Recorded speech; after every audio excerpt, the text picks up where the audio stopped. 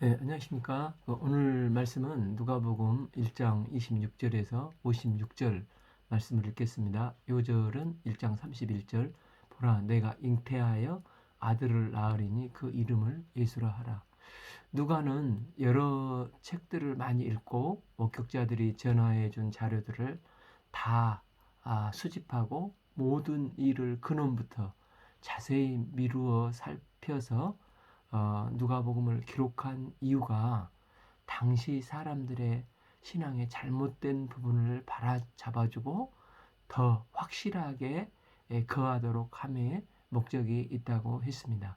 누가는 예수님이 하나님의 아들이시지만 환상으로 오신 분이 아니라 실제 역사적으로 인간으로 오셨다는 것을 설명하기 위해서 특히 예수님의 탄생 이야기를 보면 타 복음서와 비교가 되지 않을 정도로 꼼꼼하게 세밀하게 기록하고 있습니다.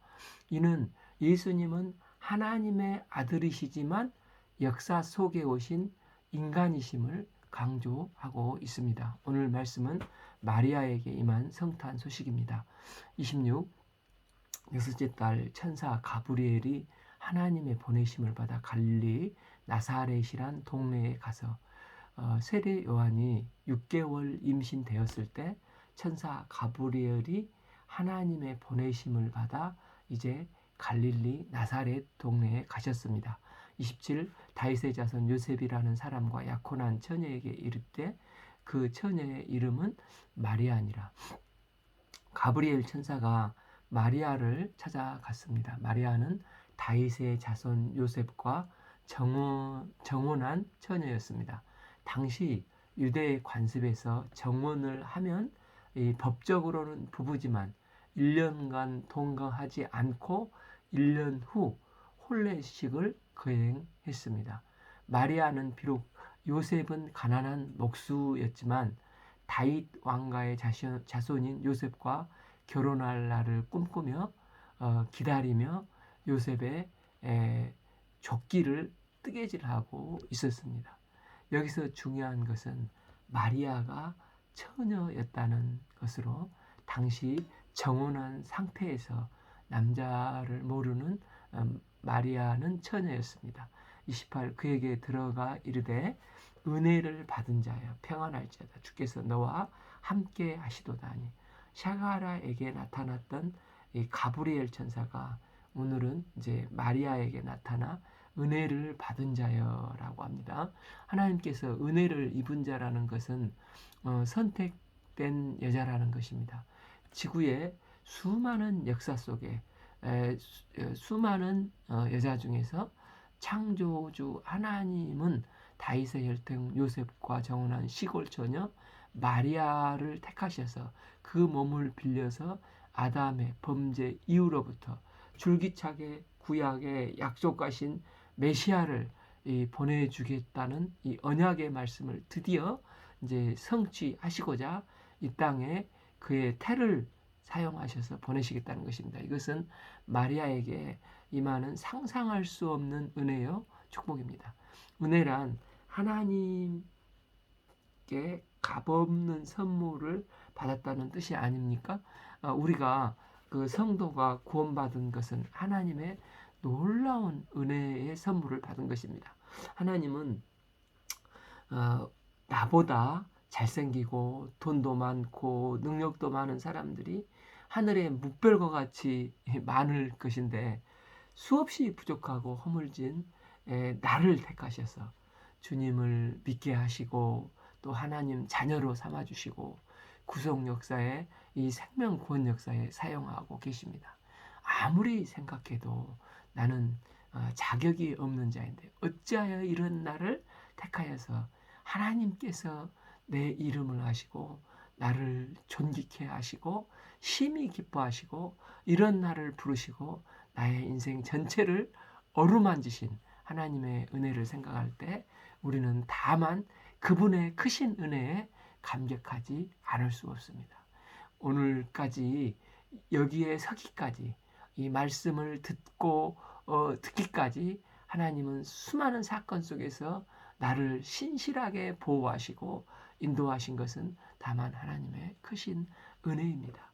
29 처녀가 이 말을 듣고 놀라 이런 은사가 어찌함인가 생각할 때 어느 날 갑자기 가브리엘 천사가 직접 마리아에게 나타나셔서 주께서 너와 함께 하시도다 하니 얼마나 놀랍겠습니까? 30 천사가 이르되 마리아여 무서워하지 말라 내가 하나님께 은혜를 입었느니라. 31 보라 내가 잉태하여 아들을 낳으리니 그 이름은 예수라 하라. 이 가브리엘 천사는 마리아에게 임한 놀라운 성탄 소식을 증거해 줍니다. 마태복음 1장 21절을 보면 여기 그 예수란 뜻은 이는 그가 자기 백성을 그들의 죄에서 구원할 자이심이라 라는 뜻입니다. 태초에 하나님은 인간을 하나님의 형상을 따라 창조하시고 기쁨의 동산, 행복의 동산, 에덴 동산에 살도록 하셨습니다. 그런데 인간은 먹지 말라 하는 이 선악과를 따먹음으로 하나님의 말씀에 불순종함으로 범죄하였고 거룩하신 하나님, 이 홀리 스피릿인 하나님과 범죄한 인간의 관계가 단절이 되었고 우리의 영은 죽은 몸이 되어 죽은 영이 되어서 누구나 다 죄 아래 죽음 아래 놓이게 되었습니다. 이런 인간을 하나님은 구원기 위해서 범죄할 때 구원자를 보내시겠다고 창세기 3장 15절에서 약속의 말씀을 원시복음으로 주셨습니다. 15 내가 너로 여자와 원수가 되게 하고 내 후손도 여자가 후손과 원수가 되게 하리니 네 여자의 후손은 내 머리를 상하게 할 것이요 너는 그 발꿈치를 상하게 할 것이니라 하시서 여기서 그 여자의 후손이 2번 반복이 됩니다. 첫 번째 여자의 후손은 복수로 쓰이고 두 번째 여자의 후손은 단수로 쓰이고 있습니다. 첫 번째 아담의 후손은 범죄한 아담의 후손이고 여인의 후손도 범죄한 여인의 후손인데 남는 자 하나님이 택하신 렘넌트들을 여자의 후손이라고 말합니다. 그들은 다 범죄한 아담의 씨가 섞여져 있습니다. 그런데 이 범주에 속하지 않는 또 다른 두 번째 여자의 후손이 있습니다. 이 여자의 후손은 단수로 여자의 마지막 후손, 이 후손은 뱀의 머리통을 깨부시고 깨부실 메시아로 그분은 아담의 후손이 아닙니다. 즉 아담의 피가 섞이지 않는 단수로서의 여자의 후손입니다. 이 여자의 후손은 아담의 씨를 안 받고 초자연적으로 출생할 처녀에게서 날 메시아라는 것입니다. 그래서 그 BC 720년경에 이사야서 7장 14절에 그 여자의 후손을 이렇게 기록하고 있습니다. 보라, 처녀가 잉태하여 아들을 낳을 것이요 그 이름을 임마누엘이라 하리라.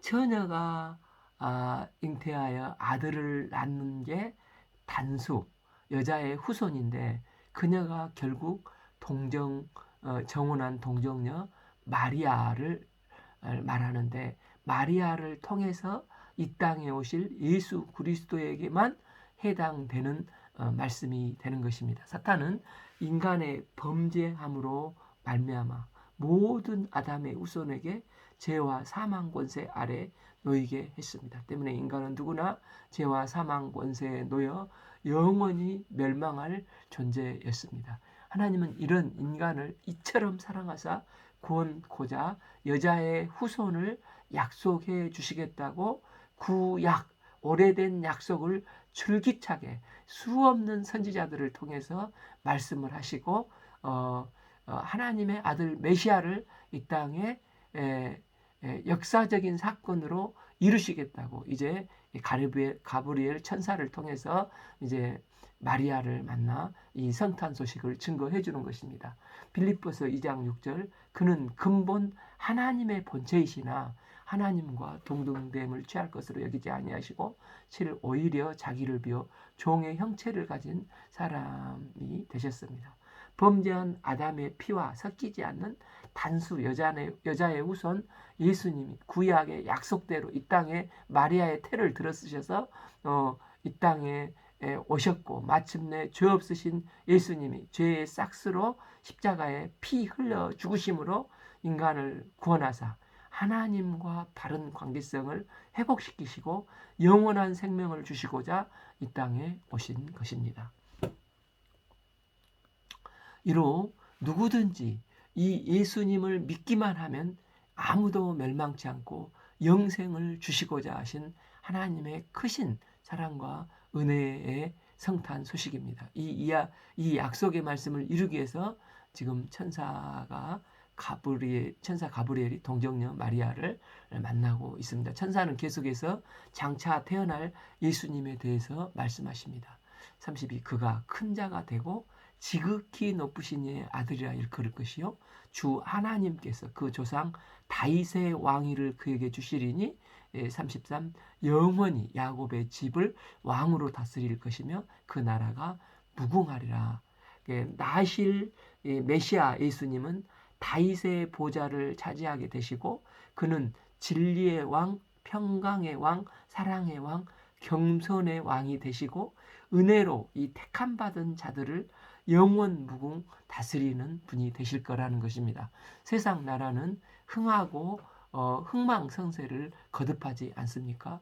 권세는 결국 폐허해집니다. 우리나라 대통령도 5년이면 바뀌게 되는 것입니다. 그러나 오실 예수님의 권세는 패하지 않고 그 권세는 영원하시고 의와 공평과 겸손으로 다스리시는 그 나라는 대대로 영원 무궁하게 이르게 됩니다.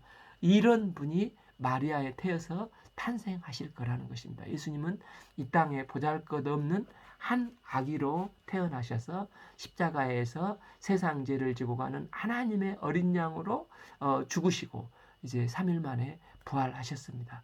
이 예수님을 영접하게 되면 이 하나님 나라의 천국 백성이 됩니다. 이 하나님 나라는 예수님이 오심으로 이미 이 땅 위에서 임하였습니다. 그러나 하나님 나라의 최종적인 성취는 그리스도께서 재림하실 때 새 하늘과 새 땅에서 이루어질 것입니다. 이 하나님 나라만이 영원하고 무궁한 나라입니다. 우리가 이 예수님을 영접하면 하나님 나라의 천국 백성이 되어서 영원히 사는 천국 시민이 될 것입니다. 요한은 그 1장 12절에서 영접하는 자, 곧 그 이름을 믿는 자에게는 하나님 나라의 자녀가 되는 권세를 주셨다고 증거했습니다. 우리가 그날을 소망합니다. 천사로부터 성탄 메시지를 받은 마리아의 반응이 어떠합니까? 34 마리아가 천사에게 말하되 나는 남자를 알지 못하니 어찌 이런 일이 있으리까? 이는 순결한 처녀 마리아에게 마땅한 반응입니다. 35 천사가 대답하여 이르되 성령이 내게 임하시고 지극히 높으신 이의 능력이 너를 덮으시리니 그러므로 나실 바 거룩한 이는 하나님의 아들이라 일컬음을 받으리라.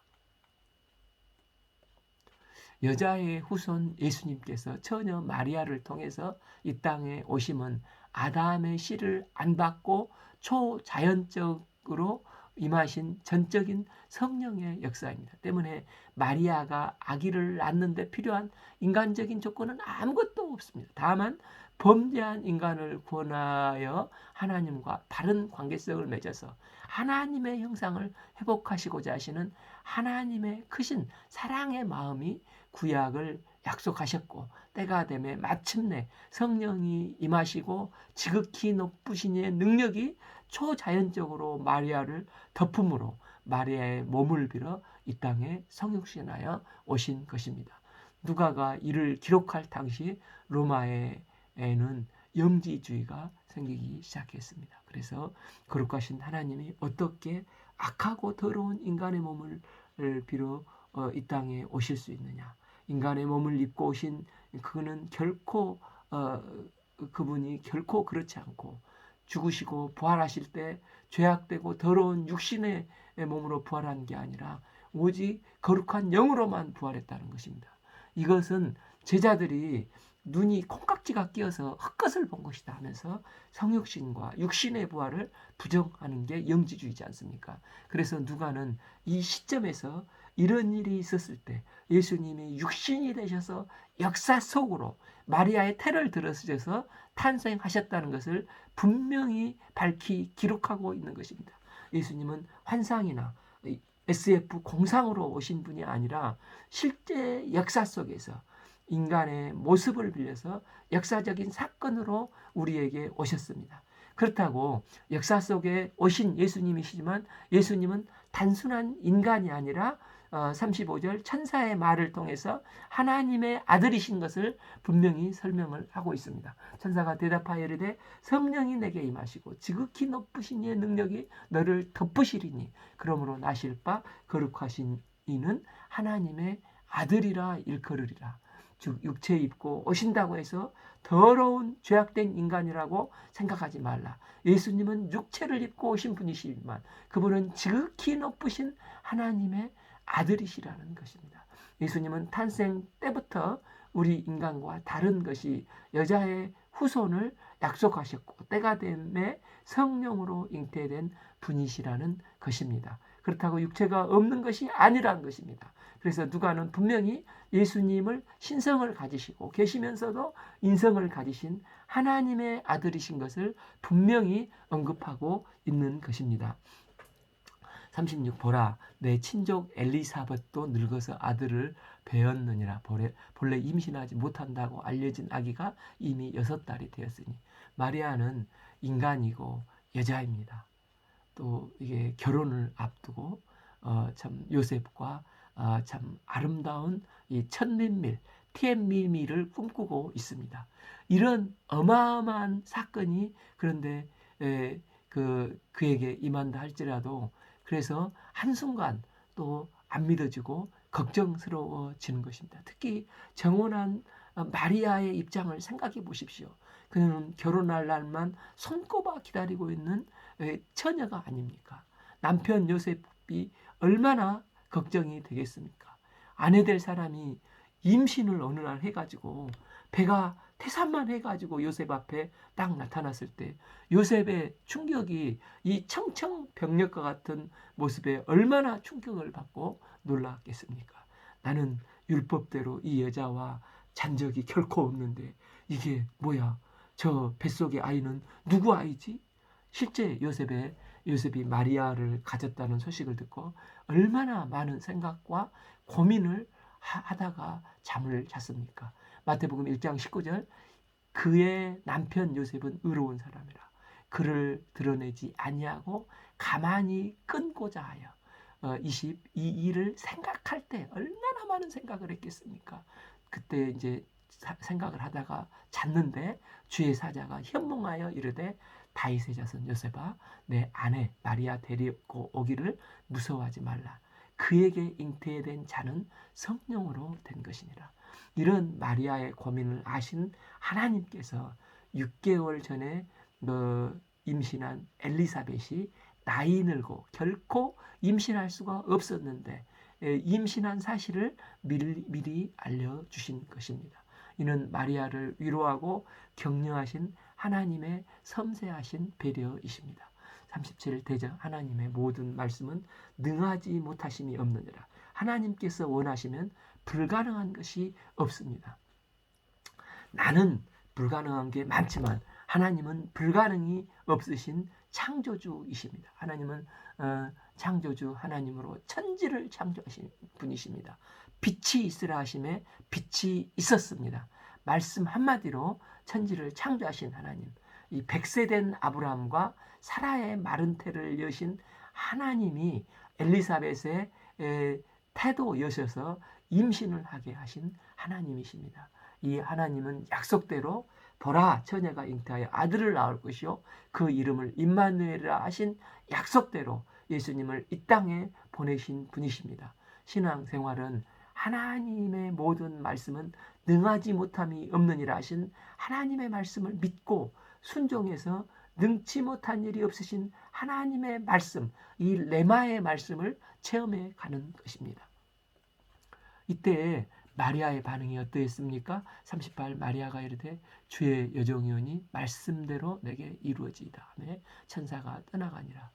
은혜를 받은 마리아는 이성적으로 상식적으로 자기에게 이해가 안 되지만 마리아에게만 말씀에 그녀는 잠시 기도하고 생각할 시간을 달라 하거나 요셉과 상의 후에 결정해서 연락해 주겠다고 하지 않았습니다.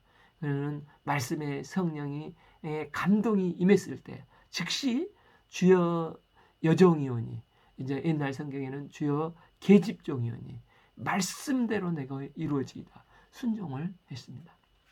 비록 이 순종으로 많은 불이익과 위험이 따른다 할지라도 실제 결혼하지 않고 임신을 하면 이 율법대로 그 시대에 돌에 맞아 죽을 위험에 빠졌지 않습니까? 그러나 그녀는 하나님의 말씀이 자신의 전 인생을 온전히 하나님의 말씀에 자신의 인생을 맡겼습니다. 그녀는 다만 자신을 통해서 하나님의 뜻이 이루어지기를 소원했습니다. 이런 마리아의 순종을 통해서 성자 하나님이 이 땅에 우리를 구원하기 위해서 성육신으로 오셨습니다. 마리아가 하나님의 말씀에 순종함으로 인류 구원 역사의 통로가 된 것입니다. 우리도 대저 하나님의 모든 말씀은 능치 못하심이 없습니다. 말씀에 온전히 순종할 때 우리 또한 말씀이 나의 삶 가운데 그대로 이루어지고 나를 통해서 하나님의 뜻이 이루어질 것입니다. 히브리서 4장 12절 하나님의 말씀은 살아있고 활력이 있어서 좌우에 날선 어떤 금보다 예리하여 혼과 영과 및 관절과 골수를 찔러 쪼개기까지 하며 또 마음의 생각과 뜻을 판단하니 우리가 능치 못할 일이 주님의 없느니라. 주님의 말씀에 순종하여 구속 역사에 귀 쓰임받는 삶이 되기를 기도합니다. 39 그때 마리아가 일어나 빨리 산골로 가서 유대 한 동네에 40 사가랴의 집에 들어가 엘리사벳에게 물어나니 마리아가 천사 가브리엘이 예수를 잉태할 것이라는 소식을 듣고 인간적인 친구나 사람을 또 요셉을 찾아간 게 아니라 처음 찾아간 사람은 150km나 떨어진 유대 산중에 신앙적인 사람 엘리사벳을 찾아갔습니다. 아마 마리아는 지금 자신의 상황을 가장 잘 이해해 줄 사람이 엘리사벳이라고 생각한 것 같습니다. 41 엘리사벳이 마리아의 문안함을 들으매 마리아가 복중에서 뛰는지라. 엘리사벳이 성령의 충만함을 받아 42 큰 소리로 불러 이르되 여자 중에 내가 복이 있으며 내 태중에 아이도 복이 있으며 엘리사벳의 말 중에 중요한 세 가지가 있습니다. 첫째 43 내 주의 어머니가 내게 나오니 어찌된 일인가. 엘리사벳은 성령 충만하여서 이 딸 같은 마리아를 보고 주의 어머니라고 부르며 그분을 송축할지어다 찬양을 하고 있는 것입니다. 이 말씀은 시편 110편 1절 말씀을 인용했다고 합니다. 여호와께서 내 주께서 말씀하시기를 내가 내 원수로 내 발판이 되게 하기까지 너는 내 오른손에 앉아 있으라 하셨도다. 다윗이 장차 오실 메시아를 향하여 내 주라고 했지 않습니까? 마가복음에서 우리가 읽었듯이 예수님께서 이 말씀은 그대로 인용하면서 어떻게 다윗이 내 주라 할 수 있느냐 하시면서 십자가를 앞두시고 내 주가 바로 나다 메시아이심을 밝히시지 않습니까? 지금 엘리사벳도 뱃속에 예수님을 가리키면서 내 주, 이 주님을 송축할지어다 노래하고 있는 것입니다. 둘째, 예수님의 우월성입니다. 44 보라 내 문안하는 소리가 내 귀에 들릴 때 아이가 내 복중에서 기쁨으로 뛰어놀았도다. 앞에 41절에서도 엘리사벳이 마리아의 문안함을 들음에 아이가 복중에서 뛰는지라. 그러니까 마리아 뱃속에 있는 예수님으로 인해서 엘리사벳의 뱃속에 있는 이 세례 요한이 기뻐 뛰어놀았다는 것입니다. 셋째, 주님께서 가브리엘 천사를 통해서 하신 말씀이 성취될 것이라는 것입니다. 45, 주께서 하신 말씀이 반드시 이루어지리라. 믿는 여자에게 복이 있도다. 정말 놀랍지 않습니까? 아직 마리아는 엘리사벳에게 어떤 언급도 하지 않는 상황이었습니다. 그런데 그녀는 먼저 그 마리아를 알아보고 마리아에게 임신한 예수님을 알아보고 축복의 말을 막 쏟아 부어 놓는 것입니다. 어떻게 이런 일이 가능합니까? 엘리사벳이 성령 충만함을 받았기 때문에 그 41절 뛰는지라 엘리사벳이 성령 충만함을 받아 이런 놀라운 메시지를 쏟아 놓을 수 있었다는 것입니다. 성령께서 그에게 영적 통찰력을 주셔서 마리아에게 일어날 일을 이미 알아차리게 하시고 마리아에게 아이가 잉태된 것을 알았고 그 아이는 바로 온 인류를 구원하실 메시아 예수님이신 것을 깨달은 것입니다. 이렇듯 성령 충만한 사람은 하나님이 우리 가운데 하신 일들을 담대히 선포할 수가 있습니다. 또한 성령 충만할 때 사람들을 격려하고 위축된 영혼을 살리는 삶을 살게 할 수가 있습니다. 성령 충만한 삶을 살 때 우리 영혼도 살아나고 하나님의 하시는 일도 기대되고 어떤 일을 한다 할지라도 담대하게 믿음으로 하게 됩니다. 부활하신 예수님께서 두려움에 빠져 문고리를 걸고 덜덜덜 떨고 있는 제자들에게 찾아오셔서 주신 말씀도 평강할지어다. 두려워 말고 성령을 받으라 말씀하시지 않으셨습니까? 성령 받은 제자들이 땅끝까지 복음의 증인된 삶을 살지 않습니까? 하나님은 성령을 구하는 자에게 성령 충만함을 공급해 주십니다. 우리가 성령 충만함을 공급받아서 참 하나님께서 맡겨주신 생명 살리는 사명을 살며 이 땅 가운데서 선한 영향력을 끼치는 삶이 되길 기도합니다. 그래서 모든 사람들을 축복하는 축복의 통로가 될 수 있기를 기도합니다.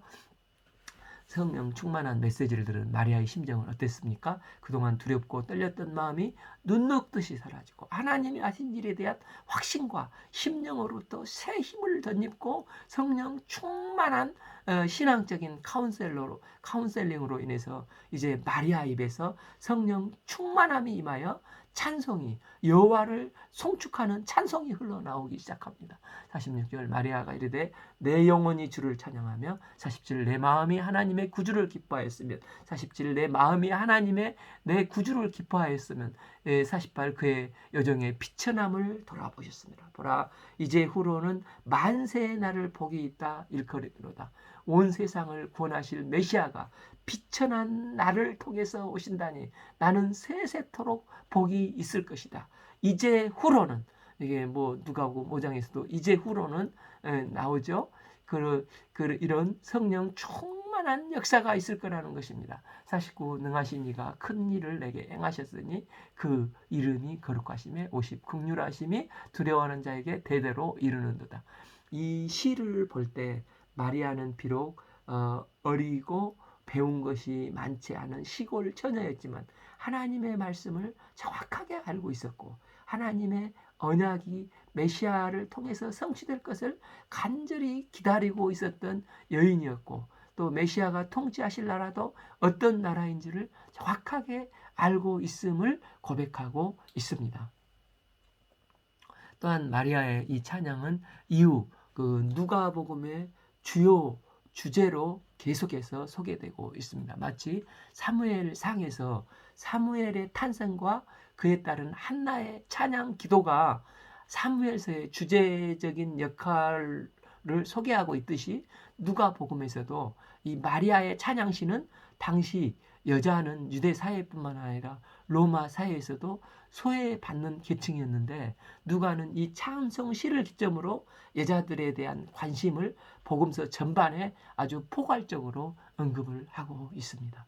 그럼 메시아가 다스릴 나라는 어떤 나라입니까? 51 그의 팔로 힘을 보이사 마음의 생각이 교만한 자를 흩으셨고 52 권세 있는 자를 그 위에 내리치셨으며 비천한 자를 높이셨고 53 줄이는 자를 좋은 곳으로 배불리셨으며 부자는 빈손으로 보내셨도다. 54 그 종 이스라엘을 도우사 긍휼히 여기시고 기억하시되 55 우리 조상에게 말씀하신 것과 같이 아브라함과 그 자손에게 영원히 하시리로다 하시니라. 예수님이 오심으로 하나님의 언약적 신실하심이 이루어졌습니다. 여기서 마리아는 하나님께서 조상들에게 한 약속 중 우선적으로 아브라함을 언급하고 있습니다. 이것은 아브라함과 그의 후손들에게 주셨던 구약의 오래된 약속의 최종적인 성취가 예수님의 탄생하심을 보고 최종적인 성취가 이루어진 것을 보여주고 있는 것입니다. 결국 구원받은 아브라함의 자손이란 약속대로 이 땅에 오신 예수님을 믿고 영접한 사람이라는 것입니다. 이러할 때 그들이 과거나 과거의 혈통이나 또 문제는 이제 뭐 과거에 어떤 삶을 살았던 더 이상 문제되지 않고 하나님의 자녀가 되는 그 순간 이제 후로는 걸림돌이 되지 않고 오직 예수님을 영접하여 믿는 자는 아브라함의 후손이 다 된다는 것입니다. 56 마리아가 석 달쯤 함께 있다가 집으로 돌아가니라. 일반적인 여자들이 만나면 수다스럽고 시끄럽지 않습니까? 그런데 이 두 여자의 만남은 아름다운 만남이었습니다. 성령 충만한 사람들끼리 만나면 우리가 경험해보지 못하는 상상 못하는 대화들이 나오고 찬양이 나오고 여호와를 송축하는 감동이 나옵니다. 이처럼 예수 그리스도가 오셔서 왕으로 다스릴 나라는 교만한 자, 권세 있는 자를 물리치시고 겸손한 자, 비천한 자, 줄인 자에게 그 은혜와 긍휼을 베푸시며 그들은 높이시는 나라로 영적 구원과 질서가 회복되어 가는 것입니다. 오늘 말씀은 누가복음 1장 26절에서 56절까지 말씀을 읽었습니다. 감사합니다.